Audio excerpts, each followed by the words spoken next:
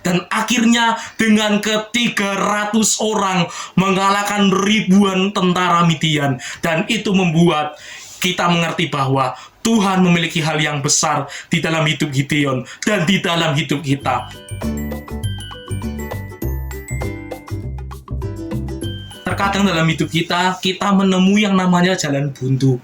Kita ingin melangkah, kita ragu. Bahkan kita ingin melakukan sesuatu, sepertinya kita tidak punya daya apa-apa. Sepertinya semua pintu tertutup. Akan tetapi Tuhan mempunyai pandangan lain. Dan pandangan Tuhan adalah pandangan yang terbaik bagi kita. Di dalam kitab Hakim-Hakim yang pasal yang ke-7 ayat yang ke-22 berkata, sedang ke-300 orang itu meniup sangkakala, maka di perkemahan itu Tuhan membuat pedang yang seorang diarahkan kepada yang lain. Lalu larilah tentara itu sampai ke Betsita, ke arah Zerera, sampai ke pinggir Abel Mehola, dekat Tabat. Kita belajar dari kisah Gideon dengan 300 pasukan orang Israel. Mereka menghadapi tentara Midian yang banyak, yang besar. Akan tetapi mereka kuat. Orang Israel pada waktu itu, dan khususnya Gideon, mereka mengalami yang namanya ragu-ragu.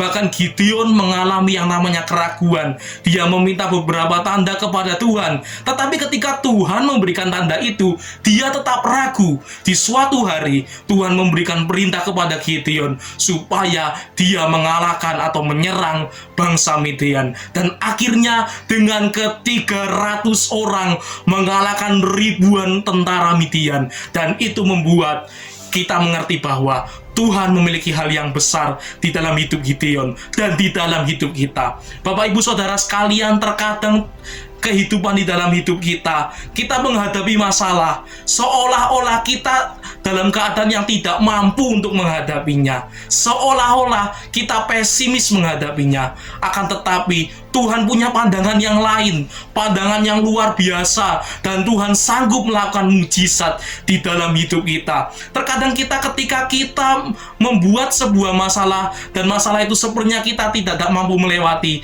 kita seperti orang yang menulis tanda titik atau selesai, atau itu tidak akan selesai. Akan tetapi Tuhan tidak menyuruh kita untuk menulis tanda titik, tetapi Tuhan ingin menulis sebuah tanda yang lain, yaitu tanda koma. Sehingga ketika tanda koma itu dituliskan, maka akan ada kisah yang lain, dan kisah itu adalah mujizat yang besar dari Tuhan. Mari kita tetap terus semangat kepada Tuhan. Jangan kita membuat tanda titik di dalam hidup kita, tetapi buatlah tanda koma, yaitu tentang cerita yang besar, cerita yang luar biasa, yaitu tentang karya Tuhan di dalam hidup kita. Tetap semangat, Tuhan Yesus memberkati kita semua. Amin.